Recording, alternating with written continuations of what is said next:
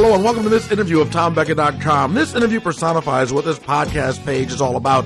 This is an interview with a woman that, well, you might meet her on the street. You might know her. She might be living next door to you. She's a wife. She's a mother. She's a successful member of the community. But what you wouldn't know is that as a child, she was sodomized by the son of a friend of her mom's. And we talked about how she overcame this childhood sexual abuse, how she grew, and how she became a successful wife, mom, and member of society. What she had to overcome, how she dealt with it, who she told, who she didn't tell, and all the emotions that came with it. I think you'll find this interview to be quite interesting and informative and maybe even helpful to some people that might be going through a similar thing. How would you describe yourself? I guess I would rather just think of somebody that just happens to be part of my past, because I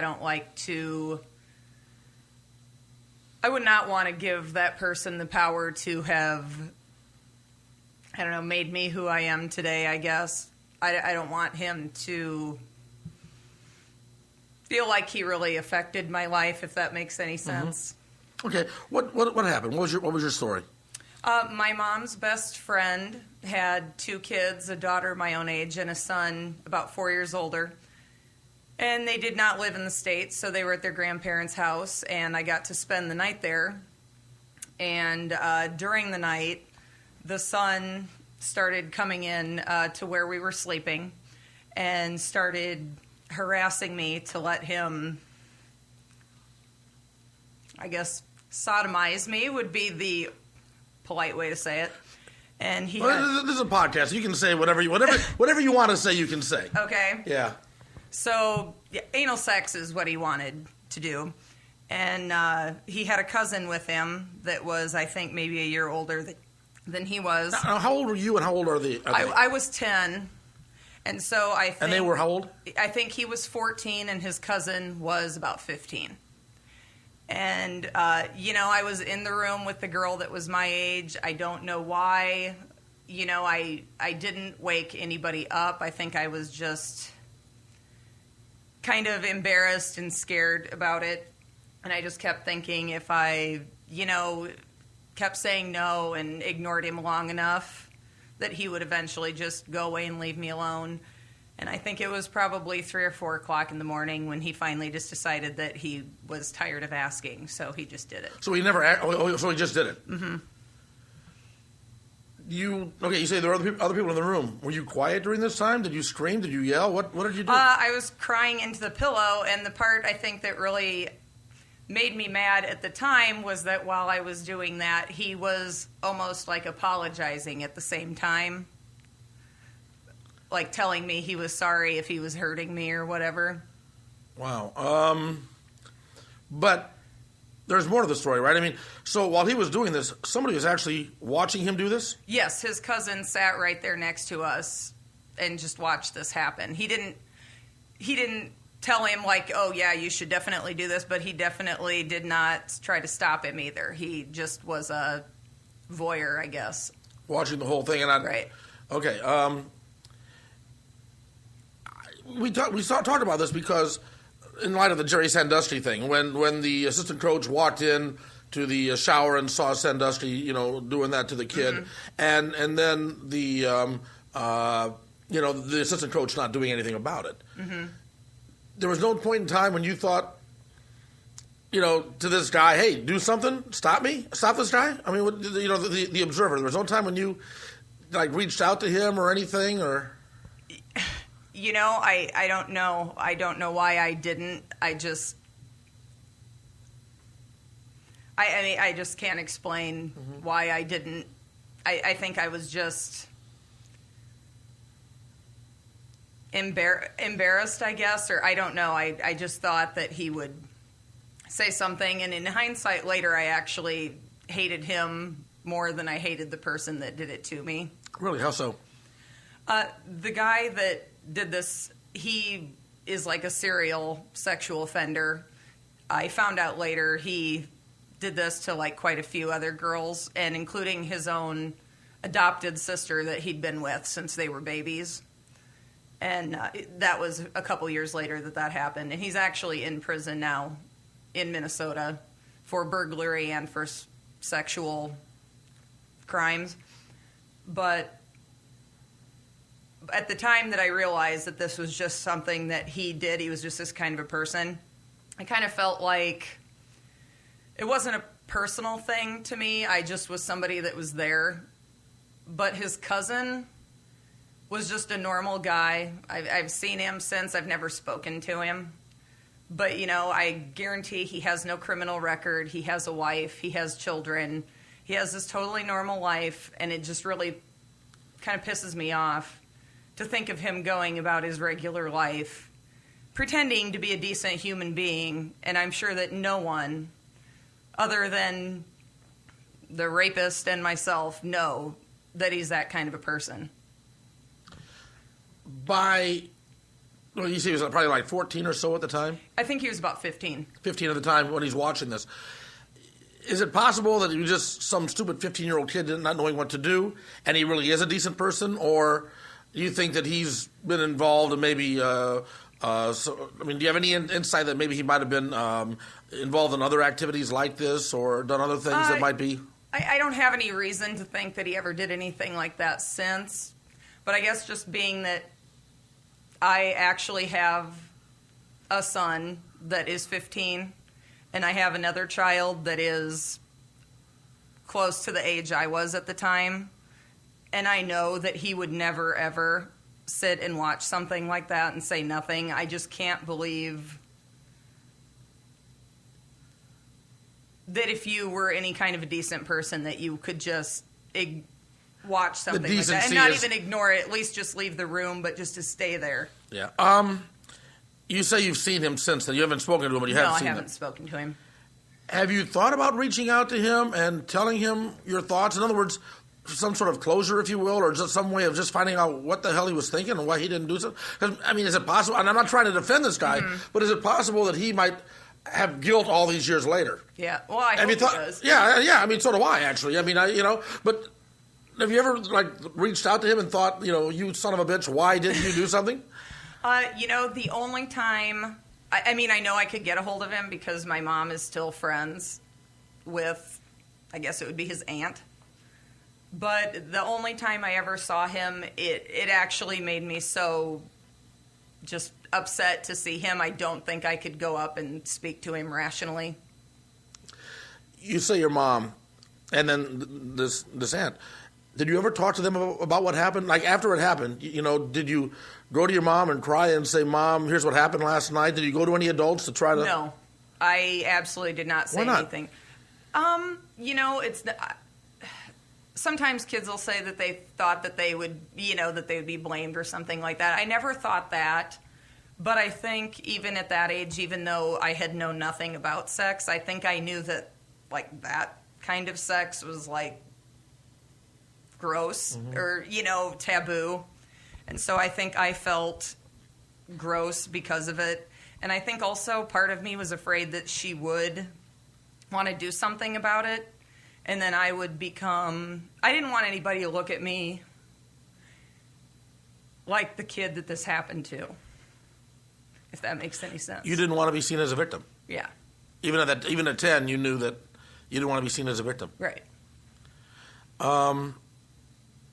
How has this affected you then as an adult? In other words, when I was about 10 or so, see, because 10 would put you about what?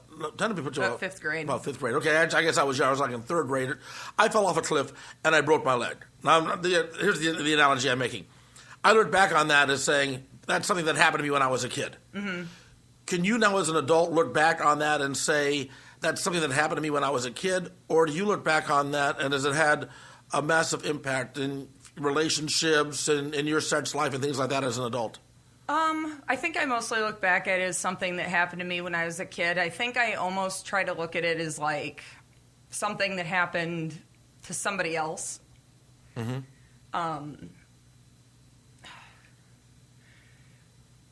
I think it did affect me. I mean, it didn't make me... sometimes you'll hear people say something like this happens, it makes them feel, worthless or what. It didn't make me feel like that. I was never promiscuous at all, but I think it made me have sex earlier than I would have, just because I think I kind of felt, I guess technically I was a virgin, but I kind of felt like that was gone and I wanted to do that on my own terms, I guess, if that makes any sense. So how old were you when you had sex for the first time? Consensual 15. sex? 15. Yep. 15. And was it like a boyfriend that you've been going out with a Yes. while, or was it just... Yeah, it was a boyfriend I'd had for a while. And, I only have ever slept with 2 people other than my husband, so, it didn't make me become slutty or anything like that. I just think I had a boyfriend and I felt like, it wasn't going to be... I guess I felt like I'd already done something like that, so there was no reason not to do it because I wanted to. Not, Did your 15-year-old boyfriend, you said the first guy, the guy that raped you, was about 15, and he was, trying to talk you into it when you couldn't, when you said no, he finally just did it. Was there any of that? I mean, I'm just trying to think about a 15-year-old boy trying, or however old he was at the time. How old was he at the time? He was 17. Okay, so within the range. If and I know 17-year-old boy, come on, and was there anything of that went back to that night? No, well, and he was a virgin also, so I think, I just kind of tried to put it out of my mind, and he did not ever, I never told any boyfriends I had about it until I'd been dating my husband like a year and a half.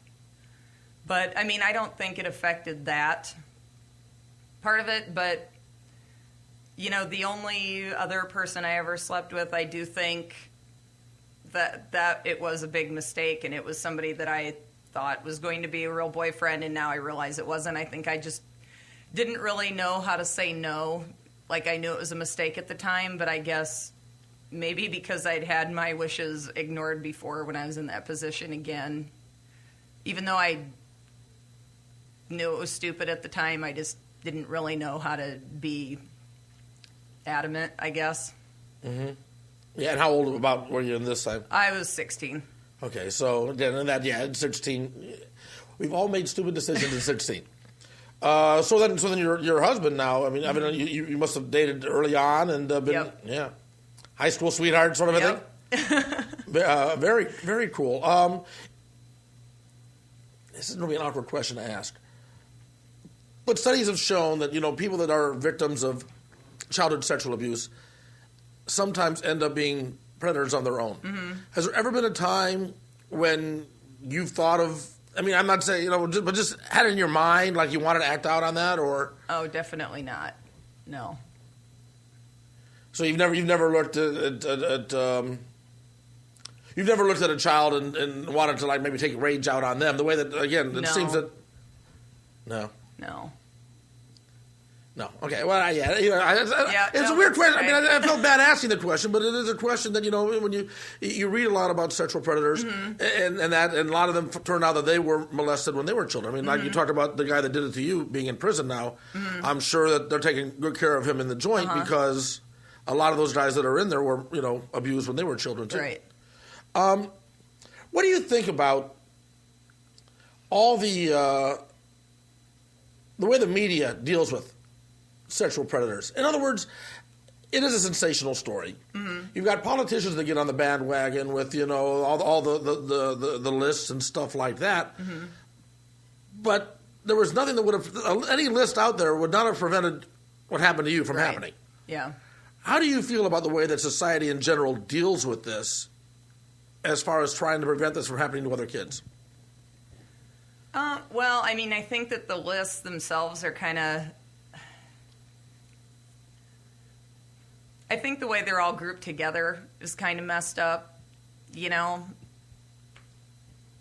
My husband used to have a neighbor, who'd been 20-something, and he slept with a girl who was in high school, but, it was consensual, and he is on a predator list, and I just don't think that people like that belong on the same list as people who, molest a 5-year-old. I don't know. I mean, I guess those lists are good ideas, but I think maybe they give people a false sense of knowing who's out. You know, I don't think you do not know who is out there. And a false sense of security by these lists in some ways. It also seems to me that the research I've done on this is that people that are indeed abused, in most cases, know the predator. It's not a situation of just some random guy abusing some child. They get the trust of the family, and then they attack the child that way. Yeah. Do you understand with the story with the Penn State story? What seems to me about this is the silence that all went on around it. Because evidently, I mean, a lot of other people seem to know, and nobody really spoke out. Why do you think that is? I think that they were just concerned with their own careers, you know, and in their own interests. And that's probably been the thing that's, I mean, outside of the actual crime, that's the thing that has upset me the most about watching the case kind of unfolding, is that I just can't even imagine, you know, being married to one of these men or being, you know, the daughter of one of these guys that knew about this. Because it's just so disturbing to think that people could know about something like this. You know, these people who saw it or that knew it was going on and didn't say anything, my thought would be, you know, if it had been me in there, would you have ignored it? And if, you know, of course, I would think they're going to say, well, of course I wouldn't. So you would protect a grown woman, but you wouldn't protect a child. It just... You know, obviously he's a sick person, and that's what he is attracted to. That's what he does. So, yeah, it's disgusting, and he should go to jail for it. But, I mean, that's who he is. That's what he does. These other people are normal people. Like, you should be able to expect that they would do something to stop it. You say you're more upset with the people that didn't stop it. I mean, just looking at your face, like you're trembling when even talking about this. Yeah. Because everybody's so concerned about themselves and not concerned about the kid. It seems that happens a lot in cases like this, doesn't it? I mean, you know, you hear stories about, like stepfathers abusing the children. That is my biggest... And the mom not doing anything because she doesn't want to believe it because of divorce or problems like that. People that don't want to admit or acknowledge that really is what's going on. How do we change that attitude? I don't know. I think we live in just such a self-centered society anymore in every way. Everybody is concerned about what's best for them, what they're doing, you know, what their concerns are. And, you know, actually what you just said, I never really connected the two before, but, like, there is nothing that upsets me more than the stories of women who have a boyfriend or a second husband that, you know, comes in and either molests their kids or abuses their kids, and like they take the side of their boyfriend over their children. I wonder almost, and I don't know, I'm not giving this that much thought, but I almost wonder if it's a thing where you don't want to believe that somebody that you know and that you think, like you talk about the guy that watched as you were being molested, and you can't believe that people think he's a good guy. Yeah. But at the same time, there are people that have no idea of this past or this, or, you know, that they believe that he is a good guy. I'm guessing they believe he's a good guy. Same thing here is like, you know, if you've got somebody that's a friend of yours, is a thing where you just feel like maybe you couldn't imagine somebody doing something quite so heinous and so disgusting, and so it's a denial thing. Yeah, I mean, I suppose it can be denied. I guess I've never been in the situation of suspecting anybody I know. How do you do now when you've got, as a mother, okay, as a parent, you've got kids that, you know, they want to do the sleepovers and they want to, you know, camping trips or whatever it may be. Do you freak out about that now? Do you not let them do it? How does this affect you as far as the raising of your kids? I don't think I'm overly paranoid. Talking to the mic there. Yeah, sorry. I don't think I'm overly paranoid about it. You know, when they were littler, I was a little more, you know, cautious of making sure that I knew the people that they were with. Obviously not that knowing people necessarily means, anything, but I've always talked to my kids about, private parts and, tell it like that you don't keep secrets and that kind of thing. I would have to say, although obviously anything can happen to boys or girls, I am much more nervous and paranoid about my daughter. And she's not at an age yet that she's spent the night at anybody's house, but she's getting close. I can definitely say I'm probably going to have some issues letting her spend the night at other people's houses unless I know them really, really well. You say you didn't talk to your husband about this till you'd been dating for a year and a half. Mm-hmm. You say at the time you never talked to your mom or anybody about it. Have you talked to others about it since then? Have you talked to your mom about this since then? Have you? Yes. My mom and I were on a trip probably 17 years later, and she happened to mention to me that she found out from her friend that he had done that same thing to his sister. And I think she was 14 at the time, and she just started talking about, like, oh, that's so terrible, and can you imagine something like that happening to you, and, that kind of thing. And so I told her about it. And I guess by that point I almost hadn't told her because, I kind of felt like, she's still friends with this woman, and I almost felt bad. Like, I didn't want to, it's not her friend's fault. I didn't want to ruin their friendship. How old are you at the time this conversation was taking place? Probably like 27. So about 17 years after the fact, you're having this conversation with your mom. Yeah. How'd your mom react? She was okay. I mean, I think she did cry a little bit, and she felt really guilty that she didn't realize at the time. But, I mean, I may have acted kind of strangely. I couldn't say I remember for sure, but if she had asked me, I would not have told her because I did not. I was just thinking, I think that if anybody knew that maybe she'd want to, press charges or something like that, and I did not want to have to answer questions. I just wanted to pretend it never happened. And I have told other people since then, not a ton of people, but, if it's somebody I'm fairly close to and the topic of things like that come up, I have told people.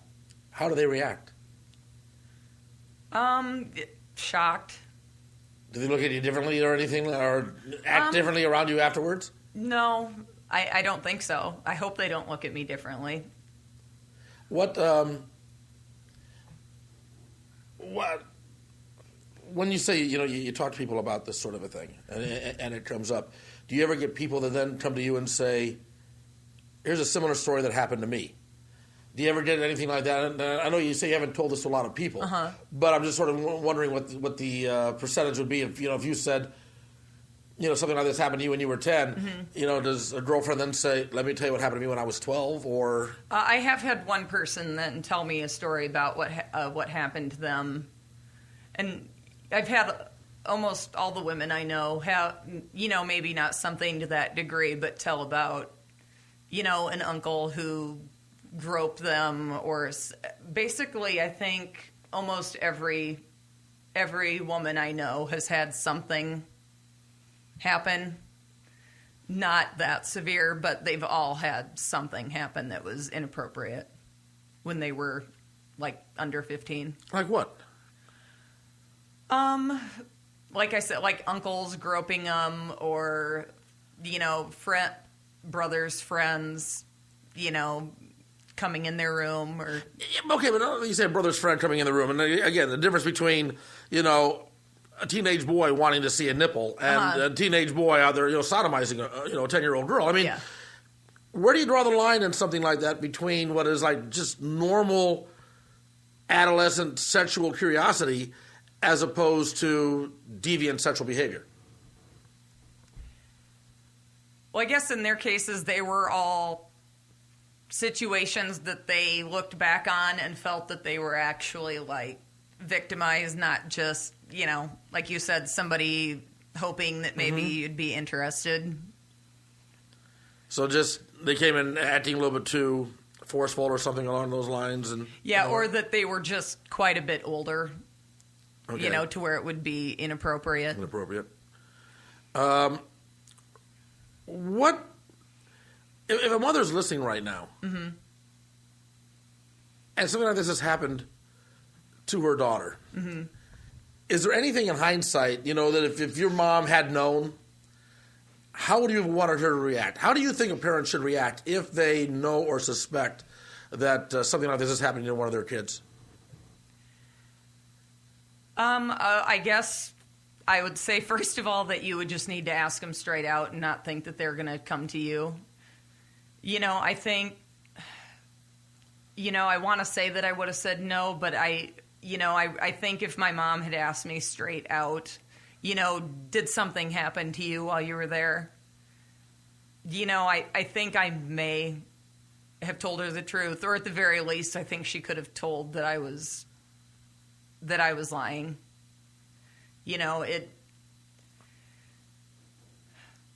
And I think the thing that I would have wanted the most was just to be treated the same. Mm-hmm. So your advice to any mother that would know about this would be to treat your daughter the same. Yeah. And love her and react and not freak out too much, or? Yes. Yeah, I think that was one of the other things I was afraid of is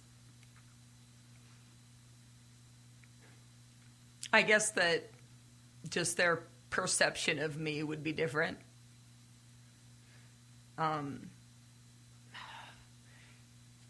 Not that I thought she would think I was bad, but I just wanted to be a normal kid still. And I was afraid that, that they would tiptoe around me or, just think that I was somebody different. Why are you crying? I mean, I didn't mean to make you cry. I mean, okay. I don't know why, because I, never cry about this. Has all the stories about the Penn State been in the news so much? Has it affected you in that way? I mean, I think it's brought it up a lot, especially with the stories of the people knowing and, seeing it and not saying anything. Because it's honestly not something that it's not something I think about every day at all. At what point did it become something you don't think about every day? I would imagine when it happens if you're 10, it's a big issue. Yeah. But as, time progresses, at what point in time did you think, wow, I haven't thought about that for months? I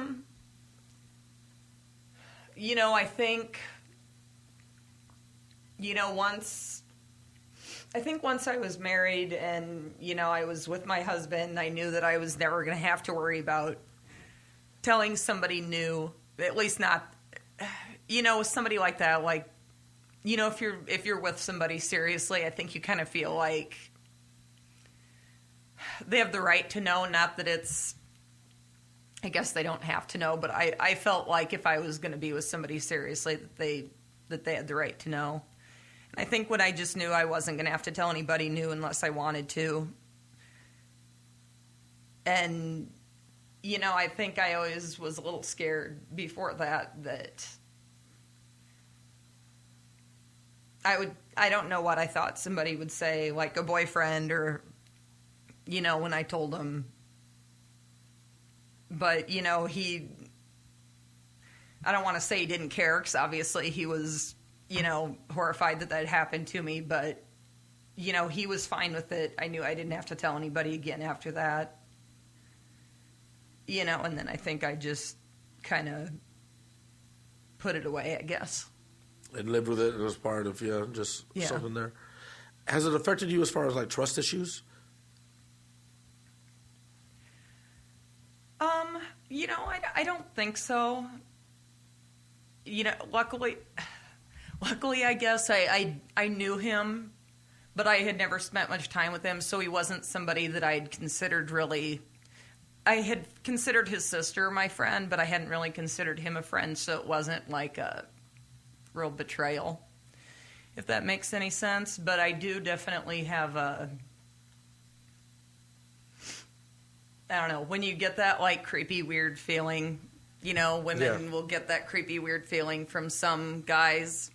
I definitely listen to that feeling, and one of my sons, who is not even a teenager yet, has a friend that, as weird as it sounds, because he's young, he's not in high school yet, he gives me that creepy, weird feeling, and I don't like him at my house much, and I've actually even discussed with my son that, I would never want him to repeat it to anybody, because it's terrible to say something like that about somebody when it's not when you have no basis for it. But that I just want to make sure when he's at our house that he's not alone with my daughter, or that I want him to be with my son all the time, because I want to know where he is. Have you talked to your kids? I mean, would you ever talk to your kids about this? Obviously, some are too young. Yeah. But you say you have a 15-year-old. At some point, would you sit, here's what happened to me. I want you to know that if, so something like this doesn't happen to you? Or is that too weird? Yeah, I don't know. I don't know if I would ever, I guess maybe if there was a situation that brought it up, if something happened with somebody he knows and he mentioned it to me, because we talk about anything and I'm not shy. It's not that I would be embarrassed necessarily. I don't know. I guess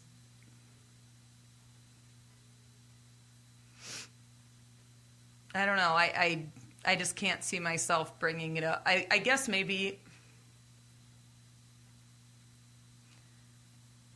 I think I would probably avoid bringing it up unless I really felt like there was a real reason to talk about it. It could be, I guess, yeah. It could be weird, Thanksgiving dinner. Yeah. Hey, pass the mashed potatoes. Oh, by the way, let me tell you what happened to Mommy.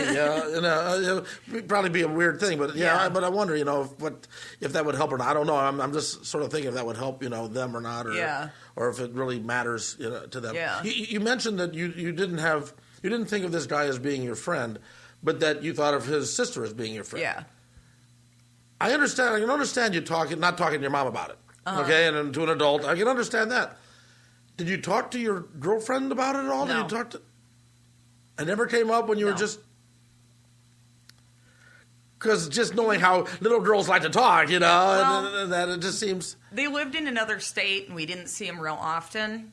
And so I think by the time I saw her again, it was probably 2 years later or whatever.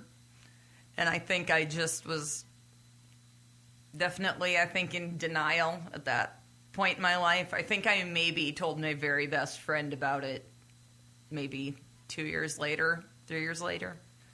But other than that, I don't think I ever told anybody about it until my husband, when I think I was like 17 when I told him. When you said you told your very best friend, you were like 12. Mm-hmm. Did she keep the secret, or was it all over the schoolyard? Oh, no, she kept the secret. Okay. Luckily, I had good taste in friends, I guess. Good, yeah, because I could see that sort of a thing, being a 12-year-old telling another 12-year-old, and next thing you know, it's all over. Mm-hmm. Maybe I should have asked this earlier, and I don't mean to be graphic about it, but I just had the thought that as you were being, forcibly, sodomized there, anally raped, was there any damage? Blood or any sort of, anything that would be suspicious? I would just think, Yeah. I think I finally fell asleep for like an hour. And, when I woke up in the morning, there was some bleeding. And, of course, I didn't, it kind of, how can I say this without being gross? Maybe there's no way to say it without being gross, but I'm just being honest. I didn't quite know what was wrong with me in the morning because obviously there was semen involved, and I didn't know what that was at the time. So I didn't know what was wrong with me because then I was kind of dealing with that for a while after I woke up with that and blood. But I very much recall we had to get up and go to church the next day. And I wasn't sitting next to him, but I remember very well sitting in church with this person the next day and just waiting and wondering if he just shouldn't just burst into flame right there for sitting in church after that. Did that affect your faith at all? In other words, God, why did you let something like this happen to me? I don't know. I mean, I'm not. I guess I was kind of raised to be pretty religious, and I'm not religious at all. I don't know if that's any part of it. I've never really thought about it like that, I guess. What would you want people to know out of all of this? Out of your experience right now that you're sharing with people, what would be the message that you hope people take from this interview? I hope people would realize that that does not have to, ruin your life. I guess one of the things that I hate seeing is women on TV talking about something like this and saying that, they've never been able to have a real boyfriend or have a real relationship or, do any of those things because something like that's happened to them. I mean, maybe I've almost wondered if maybe because I was so young, I was able to separate it, I guess. But, I really wish that people wouldn't give someone the power to ruin their life, because, it definitely is something that's always there. But like I said, I don't think about it every day.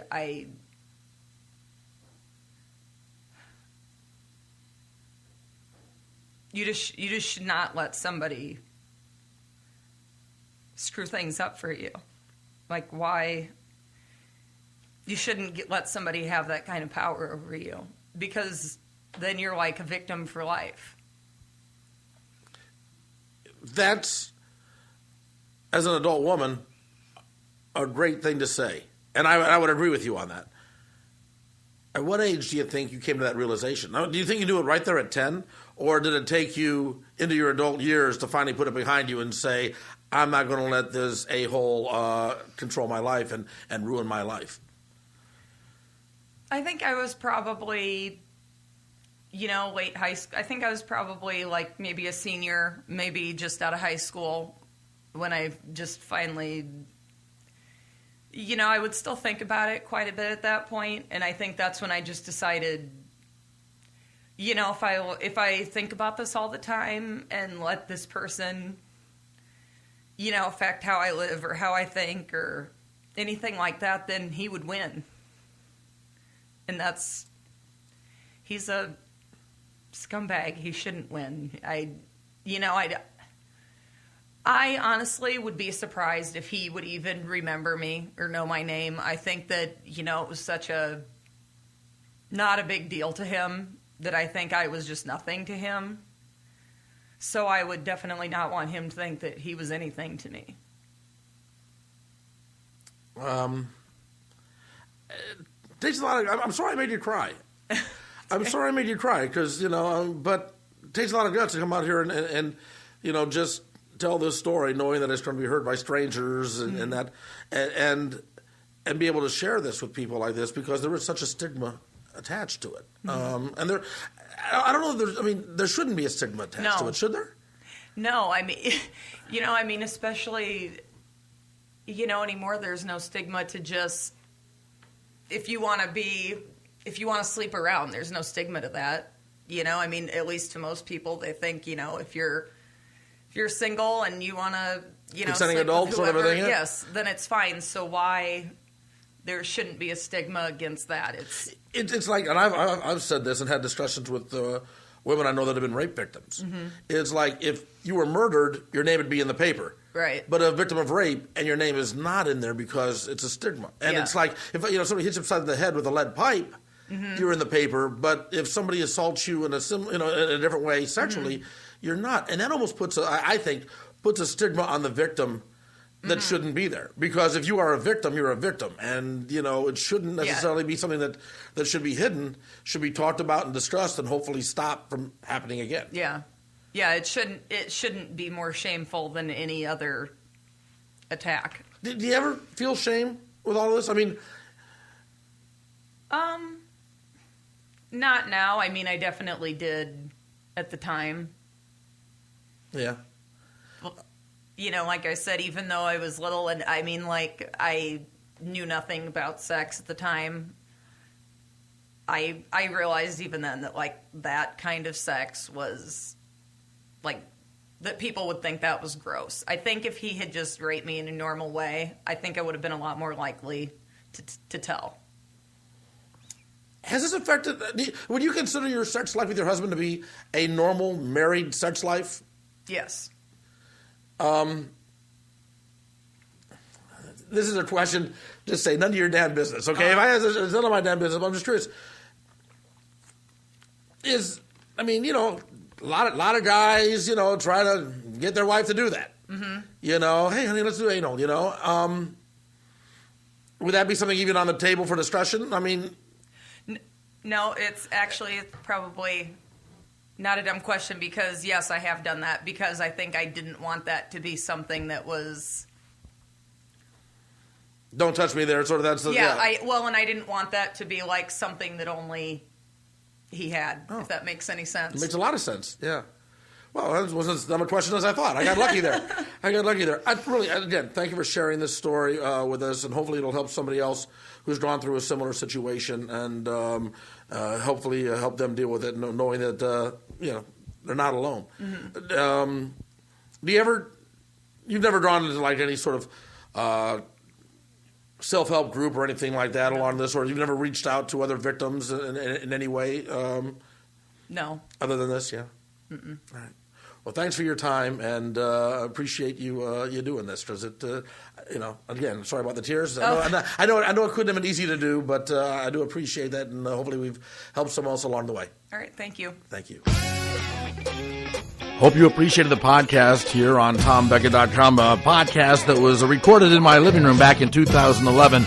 If you liked it, hey, do me a favor, buy me a beer. Buy me a sandwich. If you really liked it, buy me a car. Donations are accepted to help keep this podcast alive and viable. And please tell your friends, spread the word, and send links out through Twitter and Facebook to get people to be aware of some of the great conversations we're having here on TomBecka.com.